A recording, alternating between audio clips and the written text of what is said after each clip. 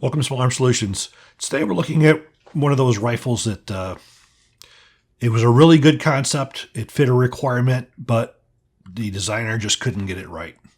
The rifle we're looking at here is the 499 Leitner-Wise Rifle Company. Those of you who have Black Rifle 2, you'll see this is in the back of the book because at the time I did Black Rifle 2 in the 2002-2004 time period, it was the active military requirement.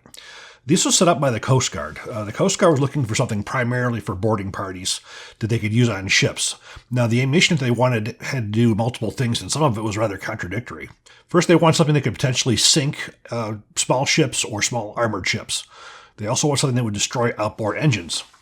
Something also that the Coast Guard could shoot at mines in the water. And also, it was designed for boarding parties. They wanted an ammunition where a boarding party could enter a ship and they could fire into the hull or inside of it and it wouldn't sink the ship. So it had a lot of different requirements. Again, some are contradictory. One, you wanted the power to be able to destroy a boat or an outboard engine, but they also wanted it so it wouldn't damage the inside of a boat. So you had a lot of issues with the requirement. Well, this particular requirement was answered by a gentleman named Paul Leitner-Wise, a Leitner-Wise Rifle Company. At that time, he was out of Alexandria, Virginia. He decided to take on this project for the Coast Guard. Now, in 2001, Alexandria Arms introduced their 50 caliber Beowulf. That was the first major large bore cartridge for the AR-15 type rifle. The next one came out also in 2001 was the 458 SOCOM. The 458 SOCOM was an excellent cartridge. It was also bottlenecked, so reliability was there. It's when you go with the bottleneck cartridge, you have a much better reliability just due to the extraction. Well, then in 2003 came out the 499 LWRC. In 2016 came the most popular caliber that we have in large bore for an AR-15 was the 450 Bushmaster or 450 Thumper. Now, looking at the ammunition that we have here is a 499 Leitner-Wise ammunition. Now, again, this was meant to go after a lot of different requirements. The 499 Leitner-Wise was definitely influenced by Alexandria Arms with their 50 caliber Beowulf. In fact, Paul Leitner-Wise went out and visited with Alexandria Arms during his development of this process. Now, you're looking at a 1.750 straight wall cartridge case with a rebated rim, so it would fit in the AR-15 type bolt, with an overall length of 1.750 inches on the cartridge case. The overall length of the entire cartridge was 2.268, and that permitted it being loaded in an AR-15 length magazine that would fit in an AR-15 magazine wall. Now, the projectile was effective out to 400 meters with a muzzle velocity of approximately 2,200 feet per second. So now we're going to look at the particular types of ammunition that were developed. Now, all the ammunition that was developed for it was what was referred to as a green cartridge, meaning there was no lead and no copper in the beginning. They were done with different types of materials. The first one was a 300 grain lead-free frangible cartridge. It was designed to not pierce the hulls. So this was the one that was designed for boarding parties. The next one we have is with those that are armor piercing.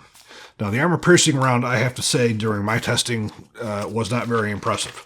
The biggest part of the problem with the armor piercing round was the fact that you had a large front on here. There was no point, so basically it may put a bigger dent in, but it didn't really have what you would call armor piercing capabilities. The next one you have is the copper tin alloy. Now, the copper tin alloy was really screwed up. The copper tin alloy, if we'll go back over here, you will see a copper tin alloy right here. You'll see the corrosion on it. And you'll see corrosion right here. This particular ammunition would corrode itself. So, quite frankly, to have a rifle that was going to cartridge that was going to work for the Coast Guard in saltwater, it really wasn't a good idea to develop a round that would corrode, let alone be used in saltwater. So that was sort of a bad idea. The next one we have here is the copper bullet. This is a solid copper bullet, and eventually all this BS they had with all these green bullets went away, and they went solely with copper. So the issue for as far as penetration was most important, so they got rid of the frangible. Now, this solid copper one was an excellent bullet. When they redid their armor piercing, they actually put a steel core inside of a copper bullet. There was actually a tungsten steel core. It was a real armor piercing round. It did quite well. Unfortunately, I don't have an example of one of those. The next one we have here is a polymer copper blend. Now, this was also designed as a frangible bullet as well. This left so much residue in the firearm that it was ridiculous. Most of these bullets, you had to worry about parts breaking off inside during feeding. It was not what you would consider a really great design. However, this cartridge would prove to be extremely problematic as this program would go on. Now, Leitner-Wise Rifle Company was not what you refer to as a gun manufacturer. They were much more of a think tank. Paul would come up with concepts. Well, with this particular concept, he went to Carl Lewis Machining Tool. At that time, in the 2002, 2004 time period, Lewis Machine and Tool was sort of in a transition. Prior to that, LMT made components, bolt carriers, and components for rifles. They were just getting into starting their production of their own rifle. And at that time, there was also a new project going on called his MRP, his monolithic rail platform. And we're going to be talking about that in a little bit as well. But basically, Paul went to Carl with this as a design concept. And what Carl Lewis did was they basically put it into drawings and it made it come to life. So the rifle that you see here pretty much was the final design. Now, the final design, unfortunately, never worked. There was relatively few of these that were made. And we're going to get into exactly why. So this particular rifle, if you look at the lower receiver, you'll see just a standard M16A2 type stock on it, and the lower receiver is a standard AR-15. There's nothing special about this lower receiver. These were also made by Carl Lewis. Now, these could also be found with telescopic stocks as well. The upper receiver is where it got a little bit interesting. Now, we're going to talk about this finalized design, which you have here. You have an 18-inch barrel. You see there's a big muzzle brake on here. And, of course, this muzzle brake was just due to the fact that you have a very big cartridge you have to control. This particular thing up front is a gas block. You see we have quad mill standard 1913 rails. Now, looking under the handguards, you can see we have basically a carbine length gas system. And in fact, this is all LMT same. This is the same gas block LMT uses on their MRP type guns. So that you can see, but you have your gas system, you have your barrel. Barrel is 4150 chrome moly vanadium. Now, this barrel also was offered in stainless steel. There are some different barrel lengths we're going to talk about, but the main one was 18 inches long. The upper receiver is a basic M4 receiver. The only thing that was modified was the ejection port. The front of it was opened up a little bit to accept the 50 caliber cartridge. Interesting thing about this modification that was made on here to open up, Carl Lewis did some prototype guns with his MRP system, and he had this opening on there because of the 49 Leitner-Wise, and he kept it to this day. If you look at the MRP, you will see a more open front of the ejection port cover. So this is more, if you look at the Bushmaster dissipator type system, that's more what it looks like. Now we're going to take a look at the bolt carrier. The bolt carrier was designed by Carl Lewis. At the same time he designed this bolt carrier, he also had designed his enhanced bolt. Now, as we can see, this is Carl Lewis's enhanced bolt, and we're going to see some photographs which show you the lobster tail extractor. Again, Carl Lewis's bolt, this is something that really wouldn't gain popularity until much later. Same thing with his MRP system. But you had the reliefs on the locking lugs, you had the lobster tail extractor, you had a fully supported cartridge base. Next thing we're going to talk about is magazines. You had both a 10 and a 12 round magazine, and this was also one of the biggest, weakest links for the rifle. These had serious issues with failures to feed. Both models, again, you have a waffle pattern steel, then you have more of a modern type look. These are all made by Precision Reflex, but these magazines would prove to be extremely problematic throughout the development of the rifle. Now, there's a few different models of this. As we see here, this is a standard. We also have what was referred to as the DMR, which is a 25-inch stainless steel barrel. Now, the picture that you're going to see is one of the rifles utilizing Carl Lewis's earliest prototypes of his MRP system. A lot of the DMR ones with the stainless steel barrels were used with the MRP system instead of what you see here, because the MRP system, again, for a DMR, you want accuracy, so you had a free-floated barrel, and that was a 25-inch barrel. Also, you'll see me firing a CQB, which is also the MRP, and it was a 10.5-inch barrel with a telescopic stock. Now, this thing was all plagued with problems. This goes back to its inception. When I first met Carl Lewis was around 2003.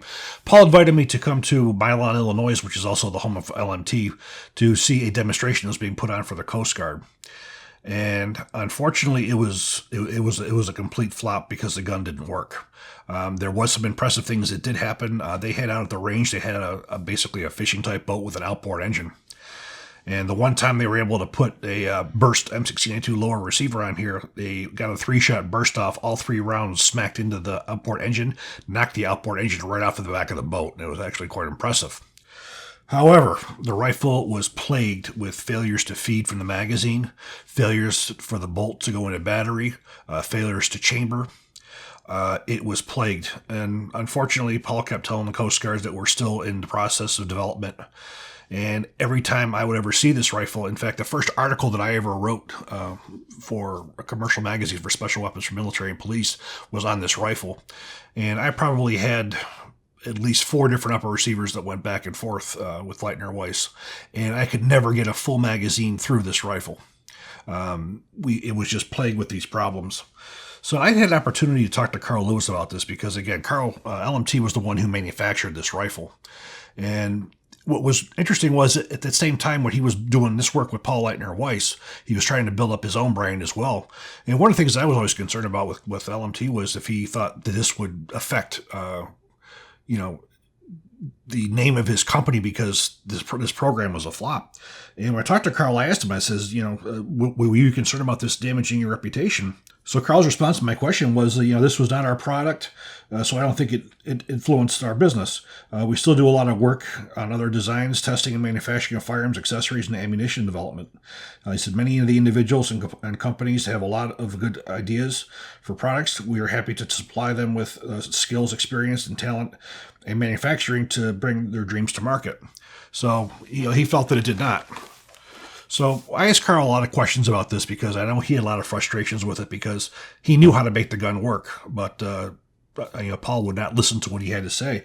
So I asked Carl, why the gun didn't work. And his response was, when changing to a different caliber cartridge, many of the key systems needed to be changed to increase the reliability. Also, the cartridge itself needed to be changed as well.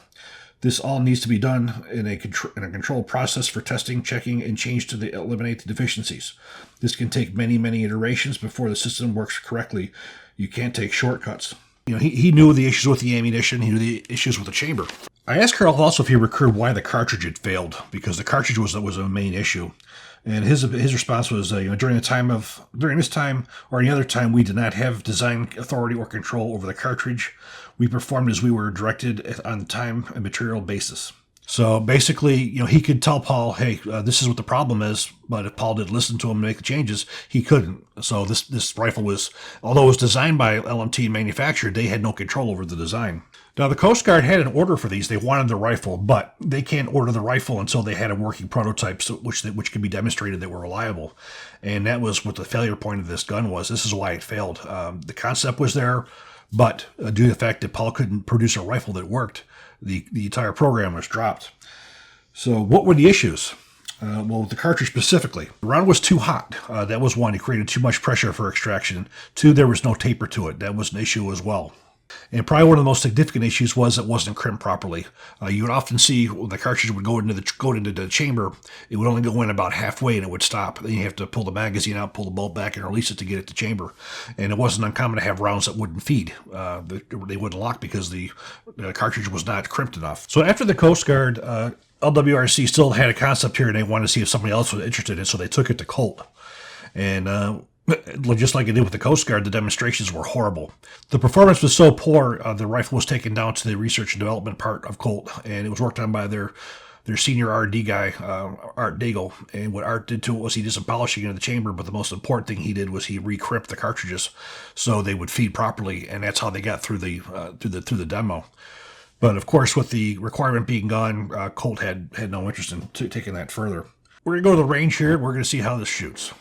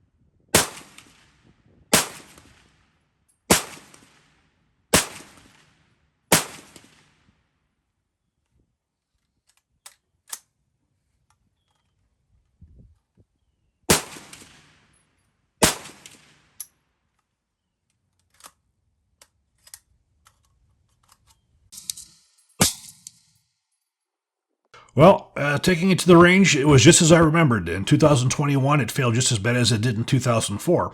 Now, I only had one box of ammunition. I want to thank our friend Alex for sending this to me to have the opportunity to show it to you, because I was around at the time when this thing was going on. First magazine with 10 rounds. Well, we had 4 failures. It had 1 failure to feed and 3 failures to chamber. 12-round magazine, 4 failures. It had 3 failures to feed. It had 1 failure to chamber, and it had a failure to lock back. It was just what I remembered. It was the same kind of malfunctions. Right now this ammunition is extremely rare. There was a brief period of time where Silver State Armory was producing brass for it, so somebody could reload it, but that hasn't been seen in a long time. I know Alex, when he got this, he was able to get a case of ammunition. I think he was able to get like 500 rounds. It was mostly this polymer blend. And unfortunately, when he took it to the range, he had the same results. Again, you have a rifle here that had all the potential in the world, but the designer would not listen to the guy who was manufacturing it. I do believe if he would listen to Carl Lewis, he would have made the changes that were necessary to the ammunition. He would have had a functioning gun that would have fit the Coast Guard demands.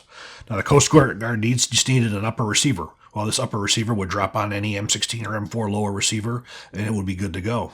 The ammunition, as it was designed, well, for the multiple uses, it didn't work. You had bullets that corroded.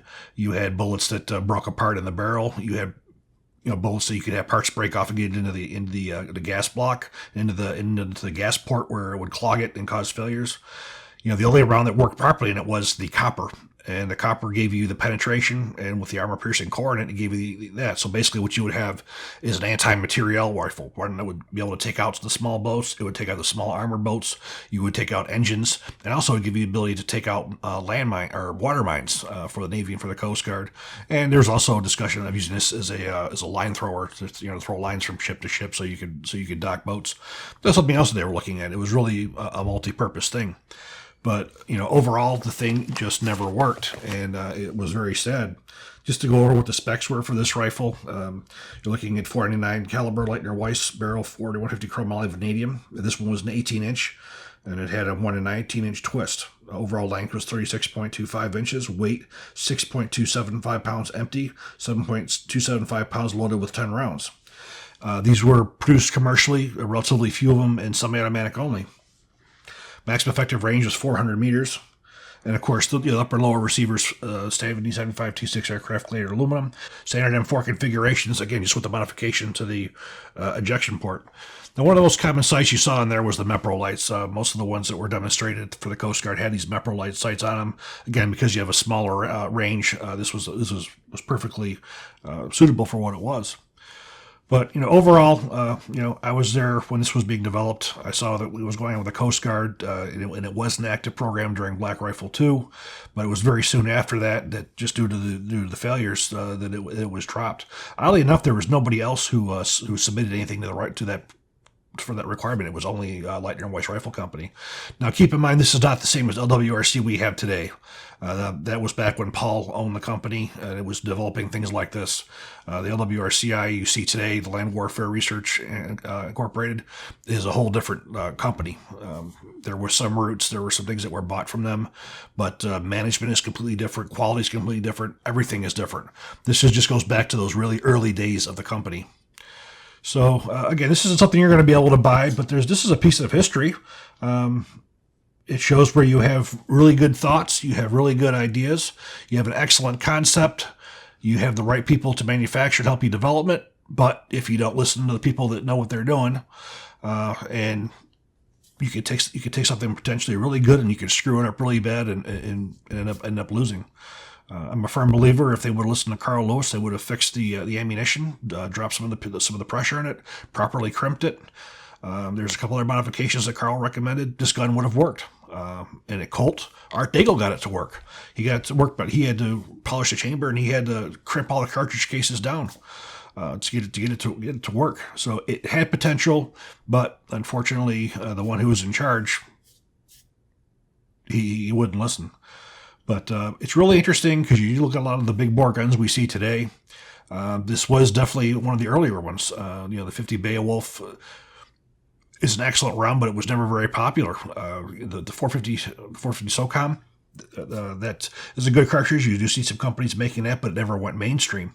The 450 Bushmaster, on the other hand, is reliable, does the same as pretty much all the other ones do without any of the issues. And it's made commercially. It's made by Hornady. It's made by Federal. So you have a source for that ammunition. I do hope you enjoyed this video. If you do, please click like, please subscribe, and even better, share. Thank you.